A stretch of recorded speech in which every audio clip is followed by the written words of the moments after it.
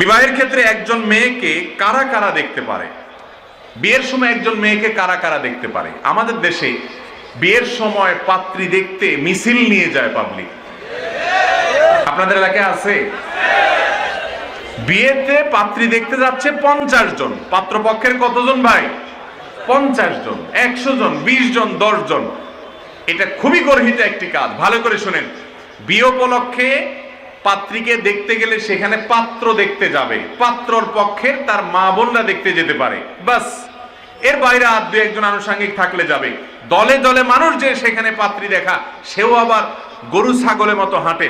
পাত্রীর নাক দেখে, চোখ দেখে, কান দেখে, দাঁত দেখে, হ্যাঁ, পাও দেখে, উঠায় দেখে, বসায় দেখে, হাঁটায় দেখে, খাড়ায় দেখে, সামনে দেখে, পিছে দেখে, মনে হচ্ছে গরু কিনতে গেছে বাজারে।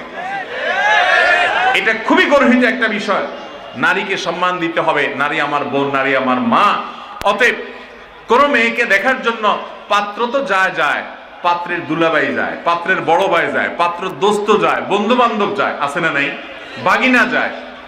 দুলাভাইয়ের কাজটা কি? বিয়ে করবে পাত্র, দুলাভাইয়ের সেখানে কাজটা কি? এই দুলাভাইয়ের বেটা যায় তো যায়, আবার যদি তারে বলতে দেরি হয় বা তাকে না বলা ছাড়া শালা বিয়ে করতে যায়, তাহলে শেষ, এই বিয়েতে আর সে নাই। আপনাদের এলাকায় আছে এগুলো? এগুলো গুনাহের কথা, হারাম। যে বিয়ে করবে পাত্র সে দেখবে, বিয়ে হওয়ার পর শ্বশুর দেখবে, এমনকি শ্বশুরও বিয়ের আগে দেখবে না। বিয়ের আগে শুধু পাত্র একা দেখবে, আর পাত্র মা মেয়েরা দেখবে।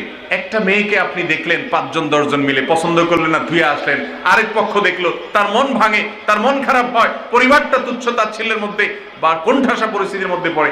এটা জায়েজ নাই। এই জন্য পাত্র দেখার ক্ষেত্রে অনাচার বন্ধ করতে হবে।